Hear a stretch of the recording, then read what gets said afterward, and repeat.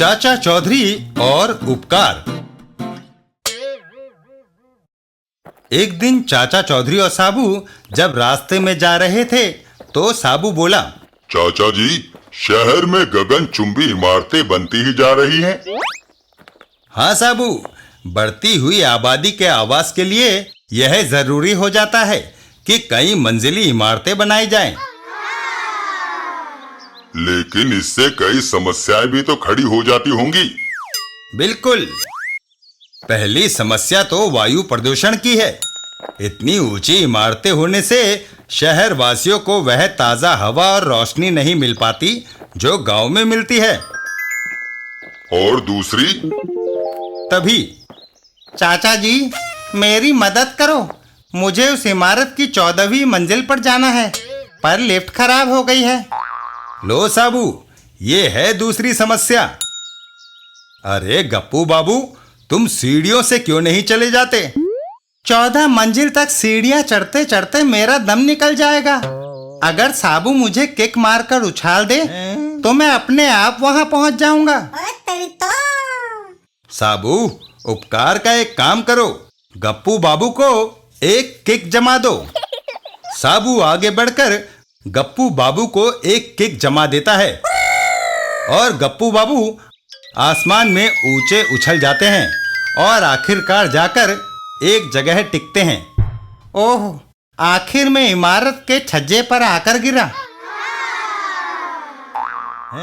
नहीं, तुम अंतरिक्ष यान के पंख पर हो।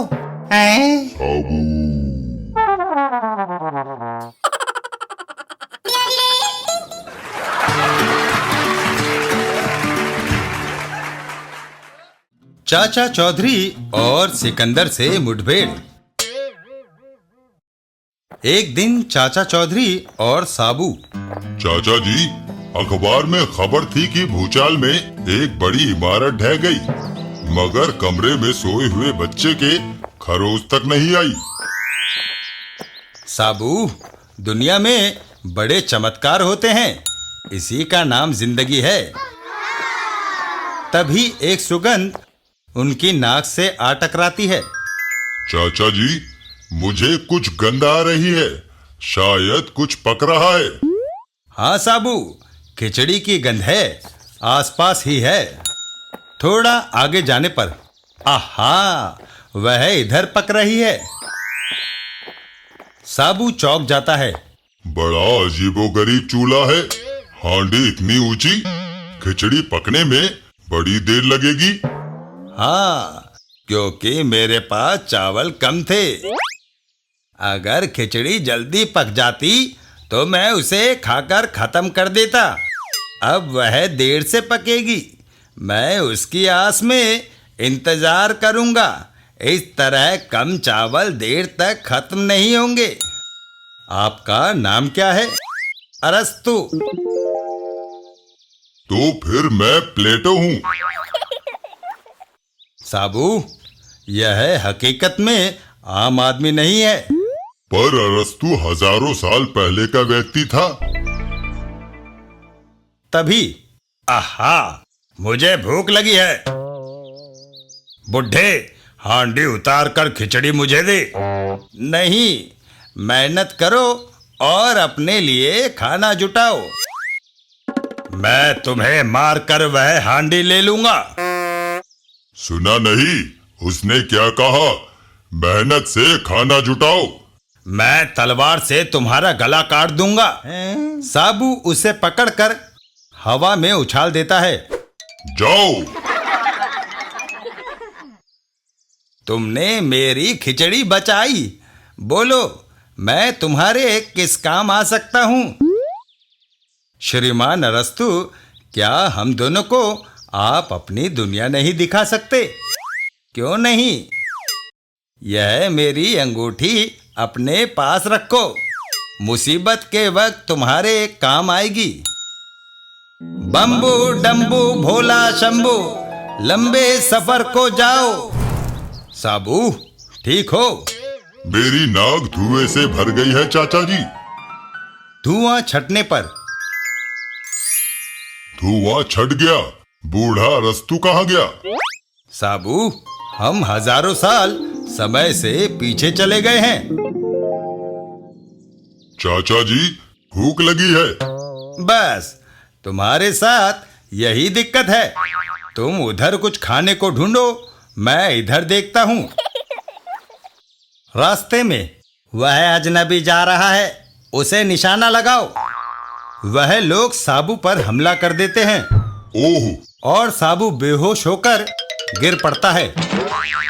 इससे पहले कि यह होश में आए, उसे जंजीर पहना दो। कुछ देर बाद साबू को होश आता है। उम्र भर के लिए तुम गुलाम हो, तुम्हें भवन निर्माण में काम करना है। साबू भवन निर्माण के काम में। जल्दी करो, जो कोई सुस्ताएगा उसे 100 कोड़े पड़ेंगे। उधर अजनबी, तुम सिकंदर महान को सलाम किए बगैर निकले जा रहे हो। तुम मेरे राजा नहीं हो। उस बदतमीज को पकड़कर मेरे महल में लाओ। चाचा चौधरी को बंदी बना लिया जाता है। कैदी, पीछे चले आओ। साबू, चाचा जी, इन्होंने आपको बंदी बनाया। सैनिक, इनके बंधन खोल दो। काम नहीं रुकना चाहिए। साबू पर कोड़ा पड़ते ही साबू गुस्से में आ जाता है और उस पत्थर को चाबुक वाले के ऊपर दे मारता है। बचाओ! और सैनिक साबू के मुकाबले में आ जाते हैं। साबू, शांत हो जाओ।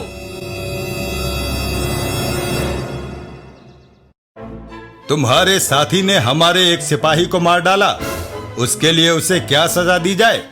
मैं पहले कह चुका हूं, आपके कानून हम पर लागू नहीं होते। हम दूसरे देश के हैं। सिकंदर महान का साम्राज्य पूरे विश्व में फैला है। हम सब कुछ कर सकते हैं। क्या आप उस मूर्ति को बुलवा सकते हैं? बेवकूफ, वह पत्थर है और पत्थर बोलते रही। अगर मेरे हाथ खोल दिए जाएं, तो मैं पत्थर को भी बुलवा सकता हूं। सिपाही, कैदी के हाथ खोल दो। वह पत्थर बोले या ना बोले, तुम्हारी मौत निश्चित है। चाचा चौधरी मूर्ति के पास। मैं अपनी पगड़ी मूर्ति के सिर पर रखता हूं। सिकंदर, घमंड न कर, उससे इंसान मिट्टी में मिल जाता है। कहीं मैं सपना तो नहीं देख रहा। पगड़ी के अंदर रखा मिनी टेप प्लेयर निकाल लूं। इस काल में इलेक्ट्रॉनिक्स का आविष्कार नहीं हुआ था। चाचा चौधरी! सम्राट, वह जादू टोने वाला है। उसकी सजा मौत है। वह कहां गया? सैनिकों, उसे पकड़ो और मौत के घाट उतार दो। सैनिक चाचा चौधरी के पीछे दौड़ते हैं। ग्रीक सिपाही चाचा जी के पीछे पड़े हैं। ये देख साबू को गुस्सा आ जाता है और वो जंजीरें तोड़ डालता है। चाचा चौधरी भागते भागते गिर पड़ते हैं। ओहो, वह गिर पड़ा, उसे मारो। तभी साबू वहां आ जाता है। मेंढको, परे हटो। आओ! मारो, मारो! जिस बहादुरी से वह अकेला मेरे सैनिकों से लड़ रहा है, मेरी हिंदुस्तान में राजा पुरो के साथ जंग की याद ताजा हो जाती है। साबू सैनिकों की हालत खराब कर देता है। इधर चाचा चौधरी, इससे पहले कि और खून खराबा हो, अरस्तु की अंगूठी को घिसना चाहिए। वो दोनों एक बार फिर धुएं में घिर जाते हैं। वे दोनों धुएं में विलीन हो गए। आए वापस अपने समय काल में। शुक्र है हम अपनी दुनिया में वापस आ गए। साबू, अरस्तु ने तो खिचड़ी खा ली होगी। आओ, हम भी घर चलकर कुछ खाएं।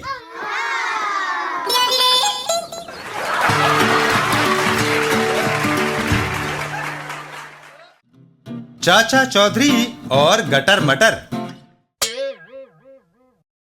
गटर मटर दो तमाशे वाले। आओ आओ, देखो, 1 टन की धोबन, छटांग का धोबी। अरे वाह, कितने पैसे में? सिर्फ 10 पैसे में पूरी फिल्म का मजा लो। यह लो। और वह फिल्म देखने बैठ जाता है। वाह वाह वाह, इसका बैग। वो ठग बैग उठाकर वहां से दौड़ लगा देता है। थोड़ी देर बाद, चलो खेल खत्म, पैसा हजम। अरे मेरा बैग, उसमें 10,000 रुपए थे। अबे झूठा इल्जाम लगाता है, तेरे सारे दांत तोड़ दूंगा अभी। चल भाग यहाँ से। छेदीलाल चाचा चौधरी के पास जाता है। छेदीलाल, क्या बात है भाई? चाचा जी, मैं उधर तमाशा देख रहा था कि पीछे से मेरा बैग गायब हो गया। गायब हो गया? ठहरो, मैं अभी देखता हूँ। चाचा चौधरी का दिमाग कंप्यूटर से भी तेज चलता है। चाचा चौधरी घटना स्थल पर पहुंचते हैं। देखो देखो, लाजवाब तमाशा, 1 टन की धोबन। अच्छा, लो भाई, जरा हमें भी दिखाओ। चाचा चौधरी फिल्म देखने लगते हैं।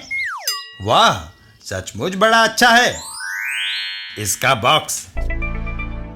वह ठग बॉक्स उठाकर भाग जाता है। उधर वह तमाशा देखे, इधर यह बॉक्स हमारा। अबे बच गए। थोड़ी दूर जाने पर, अब यहाँ इसे खोलकर माल निकालूं। लेकिन बॉक्स खोलते ही रॉकेट उस पर झपट पड़ता है। और वो दौड़ता हुआ वापस आता है। अरे बचाओ, रहम करो, बचाओ। छेदीलाल का बैग कहाँ है? अभी लाता हूं। कुछ देर बाद, हाँ, अब हुई ना बात। चाचा चौधरी।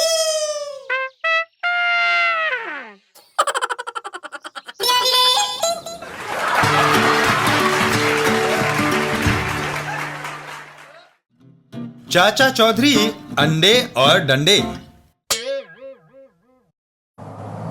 एक दिन चाचा चौधरी के घर पर।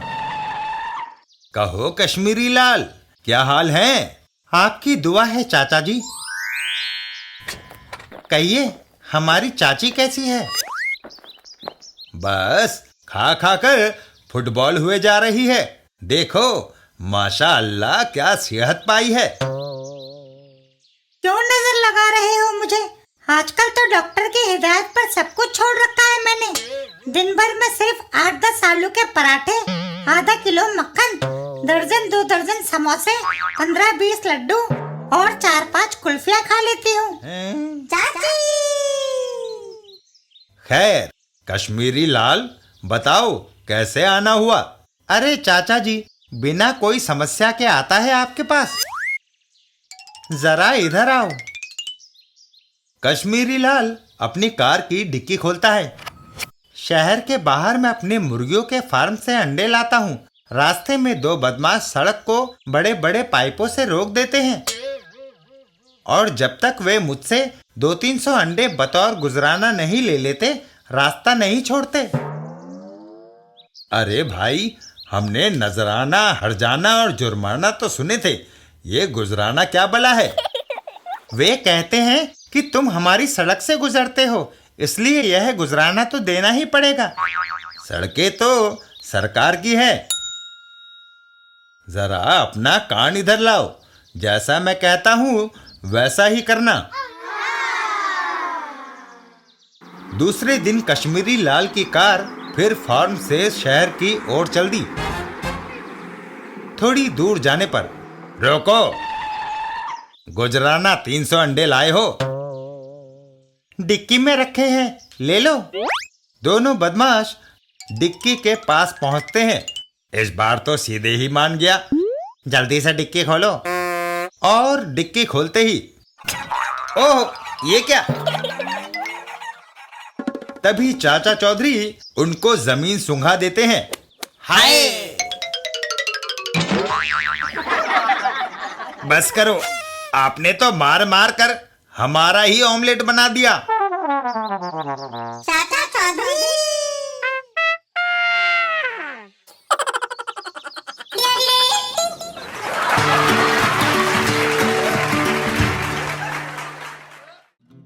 चाचा चौधरी और दो चोर। रामू श्यामू दो चोर। रात काफी हो गई है, लोग सो रहे हैं, आओ अब चोरी करें। इस मोहल्ले में नहीं, यहाँ चाचा चौधरी रहता है। वह कौन सा 30 मार का है? कई बार मैंने थाने के पास वाले घरों में सन लगाई है। आओ आज चाचा चौधरी के घर ही चोरी करें। अरे मत ले पंगा। चाचा चौधरी का घर। अंधेरे में कुछ नजर नहीं आ रहा। अबे बच गए। तभी ओह, मेरे पाँव के नीचे क्या है? रामो, तूने मुझे गिरा दिया। और ऊपर रखे डिब्बे उन दोनों के सरों पर आ गिरते हैं। ओह, मर गए। हाय। कनस्तर गिरने से चाचा चौधरी की नींद खुल जाती है। यह कैसा शोर? लगता है चोर है। ठहरो, अभी तुम्हें ठीक करता हूँ। चाचा चौधरी की आवाज सुनकर दोनों चोर घर से बाहर दौड़ लगा देते हैं। भागो, लगता है मालिक उठ गया। शोर से सारा मोहल्ला जाग जाता है। चोर चोर चोर, पकड़ो, मारो मारो। किधर गया? वह दोनों घबराकर ड्रमों में घुस जाते हैं। सारे लोग हमारे पीछे लगे हैं, इन ड्रमों में छुप जाओ। लेकिन मारे गए, इनमें तो तारकोल भरा है। दोनों बाहर निकलते हैं। अब क्या करें रामू? निकलो यहाँ से। दोनों दौड़कर एक रुई के गोदाम में घुस जाते हैं। यह गोदाम खुला है, यहाँ छुपते हैं। गोदाम के बाहर चाचा चौधरी और अन्य लोग। मारो। चोर कहाँ गए? जाने न पाए। देखो, उनके पांवों के निशान इस रुई के गोदाम की तरफ जाते हैं। सारे लोग रुई की गोदाम की ओर दौड़ लगाते हैं। पकड़ो पकड़ो। सत्यानाश हो, तारकोल की वजह से हमारे शरीर पर सारी रुई चिपक गई। लोग इधर आ रहे हैं। आखिरकार लोग उन दोनों को घेर लेते हैं। पकड़े गए। यह चोर हैं, मारो मारो मारो। अरे ठहरो, जरा शांति से काम लो। अगर आप इन्हें सख्त से सख्त सजा देना चाहते हैं तो इन्हें छोड़ दो। यह कौन सी सजा हुई? अगर चाचा चौधरी कह रहे हैं तो छोड़ दो इन्हें। और वह लोग उन दोनों चोरों को छोड़ देते हैं। जाओ, तुम्हें माफ कर दिया, अब तुम बेखटके अपने घर जा सकते हो। और फिर अरे बाप रे, कुत्ते! अब पता चला उन्होंने हमें क्यों छोड़ा था।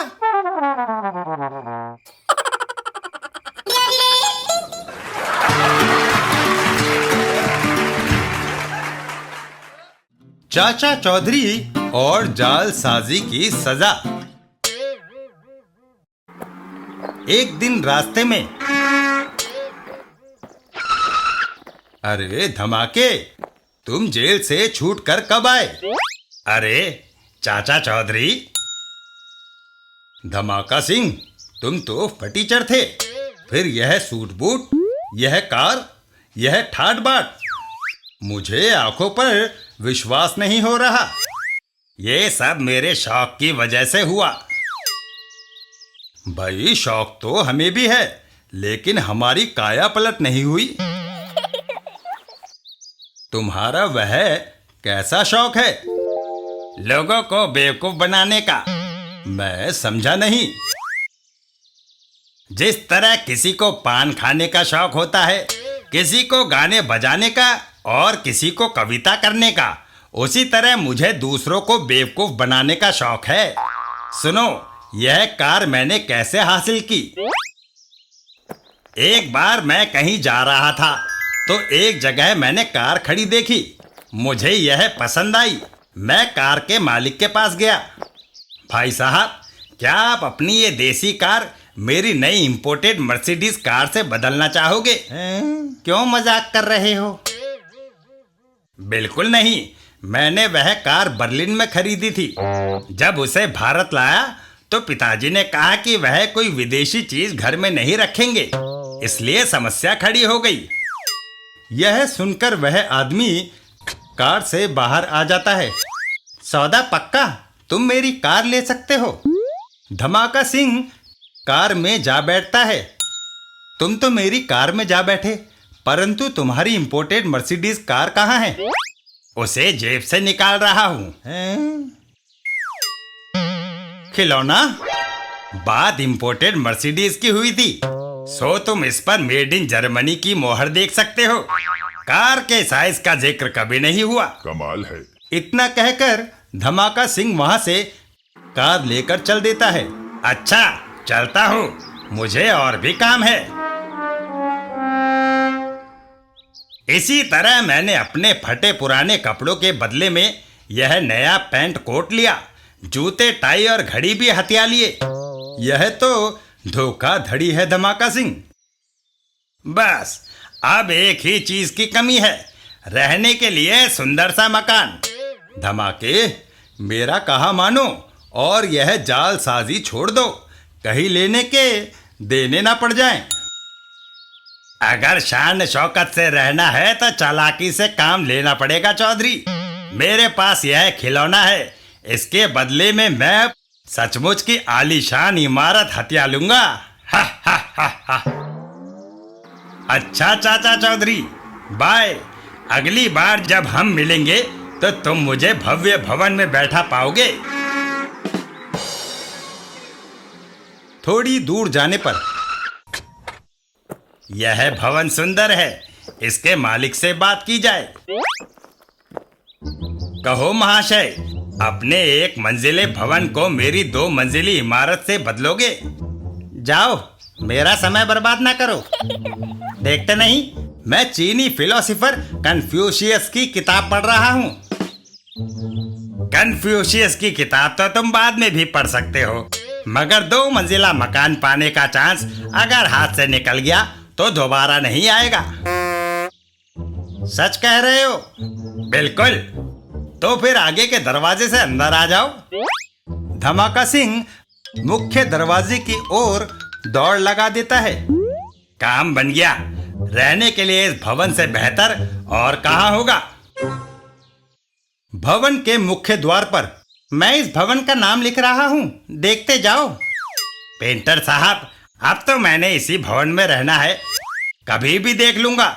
मैं अंदर चलता हूँ, आप अपना काम जारी रखो। अबे बच गए। बड़े अजीब अजीब लोग आते हैं यहाँ, आखिर आए भी क्यों ना। इधर चाचा चौधरी, यह कार तो धमाके की है, वह यहीं कहीं होगा। चाचा चौधरी, मुझे बचाओ। क्यों धमाके, क्या रहने के लिए तुझे भवन नहीं मिला? मिला तो फिर क्यों रो रहा है? इस भवन में मैं अपनी मर्जी से अंदर तो आ सकता हूँ, मगर मर्जी से जा नहीं सकता।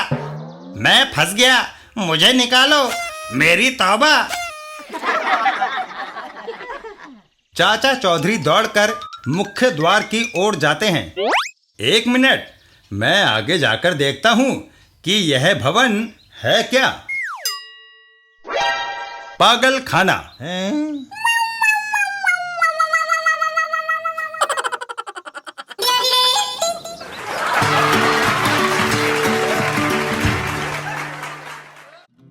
चाचा चौधरी और मार्शल वॉल्टर। एक जगह पर मार्शल वॉल्टर, हम लोग यहीं रुकना मांगता, हमारा 3 तक गिनती पूरा होता ही थोप को ढाक देना।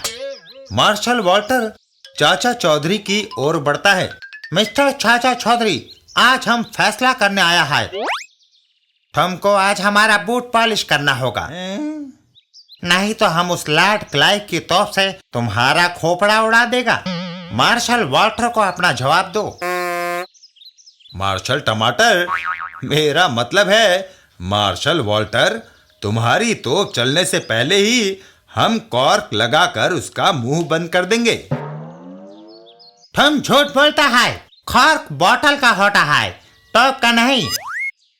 मार्शल वॉल्टर, यह सब तुम्हें साबू समझा देगा, हमें अखबार पढ़ने दो। चाचा चौधरी का दिमाग कंप्यूटर से भी तेज चलता है। मार्शल वॉल्टर और साबू। साबू, बोलो, कहीं ठोक का भी कॉर्क होता है? अम्मा यार, क्या फालतू की बातों में पड़े हो, मुझे सॉफ्टी खाने दो। तोप का कॉर्क हो या ना हो, क्या फर्क पड़ता है? यह सब तुम लोग बहानेबाजी करता है, लेकिन आज तुम दोनों बच नहीं सकता। हम 3 तक गिनता है। अगर तुमने तब तक हमारा जूता पॉलिश शुरू नहीं किया तो हमारा साथी लोग लाट क्लाई की टोप से तुम्हारा खोपड़ी उड़ा देगा। ये तो गया काम से। 1 2 और साबू का मुक्का चल जाता है। मार्शल वॉल्टर हवा में उड़ता हुआ तोप की ओर बढ़ता है और तोप के अंदर घुस जाता है। चाचा चौधरी, मार्शल देखा, तोप का कॉर्क है।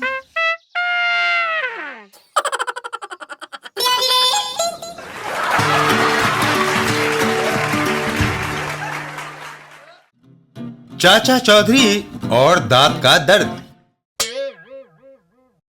एक दिन साबू रोता हुआ घर आया। अरे क्यों भाई साबू, रो क्यों रहा है? क्या किसी ने मारा है? नहीं चाचा जी, मेरा दांत दर्द कर रहा है। चला तुझे दांतों के डॉक्टर के पास ले जाऊं। दांतों का डॉक्टर साबू के मुंह का परीक्षण करता है। यह दातुन नहीं करता, इसलिए इसका दांत दर्द कर रहा है। अगर यह हर रोज दातुन करे तो कभी दांत में दर्द नहीं होगा। चाचा चौधरी साबू को लेकर एक तरफ चल देते हैं। चल आ साबू, तुझे अपने खेत में से एक दातुन तोड़ कर दूं। खेत में पहुंचकर यह लो दातुन।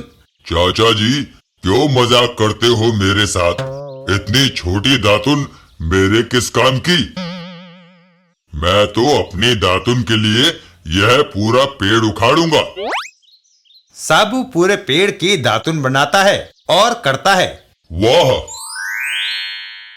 अब मैं हर रोज एक पेड़ उखाड़ूंगा और उसकी दातुन बनाऊंगा। बाप रे, इतने सारे वृक्ष हम कहां से लाएंगे? हमारे खेत में एक वृक्ष था, वह भी तुमने उखाड़ लिया। हमारे शहर के बाहर भारी जंगल जो है, साबू, वह सारी भूमि सरकारी है।